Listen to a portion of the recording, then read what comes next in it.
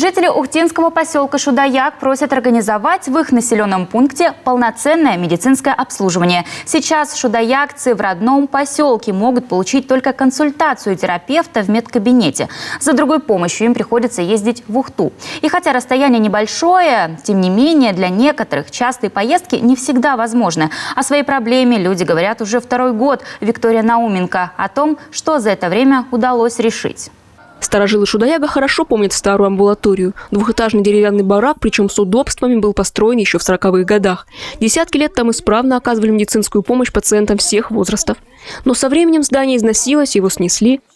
На этом месте у нас в поселке очень долгое время, с послевоенных лет до, наверное, 90-х или до конца 80-х, стояла амбулатория большая.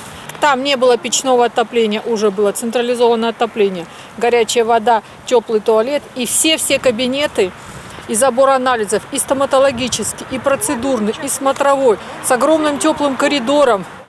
93-й год сдавался вот этот дом, сюда перевели взрослую амбулаторию, детская амбулатория в здании АБК совхоза Ухта.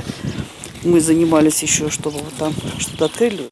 Конечно, в общем-то, это ухудшение, потому что отдельно стоящее здание, сразу 2 амбулатории, несколько кабинетов, и педиатр, и терапевт. Теперь амбулатория в отдельном здании – несбыточная мечта шудаякцев. Сейчас они борются хотя бы за процедурные кабинеты в нынешней амбулатории. Она, к слову, этот статус утратила. Давно уже это просто врачебный кабинет. При этом сам Шудаяк в Ухте часто называют сангородком, ведь именно здесь находится местная городская больница. Но организовать амбулаторию в ней мешает банальная нехватка площадей, а потому единственный выход – обращаться за процедурами в поликлинику в Ухте. Ехать довольно близко, автобус ходит исправно. Но в поселке проживает довольно много пенсионеров, а им даже такой путь порой не под силу. А на такси ездить для них накладно.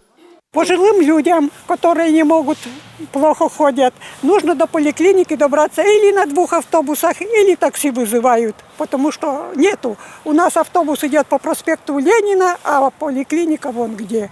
Значит, на 9-ке, с Ленина на 9-ке до поликлиники доезжают и обратно тем же способом, или как хочешь. Или сиди, такси вызывают.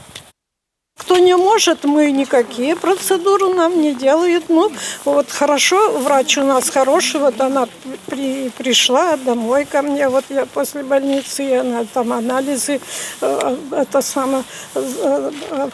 побеспокоила, сдала на дому.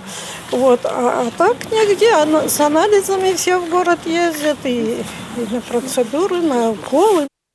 О проблемах и чаяниях шудаявцев в ухтинской поликлинике знают, но поясняют, вернуть врачебному кабинету статус амбулатории не позволяют фактические показатели по посещаемости врачебного участка. Количество людей, которые приходят, к примеру, на диспансеризацию, недостаточно для полной ставки процедурной медсестры.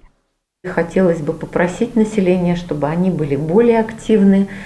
Тем более сейчас началась диспансеризация, профилактические осмотры.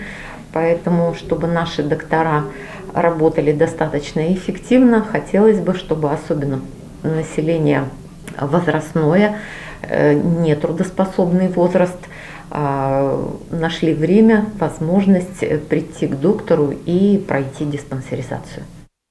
И все же в поликлинике готовы идти навстречу. Отдельного здания под амбулаторию не обещают, но процедурный кабинет все же сделают. Нужно лишь отремонтировать помещение и получить всю разрешительную документацию. Виктория Науменко, Павел Лагутин, телеканал Юрган, Ухта.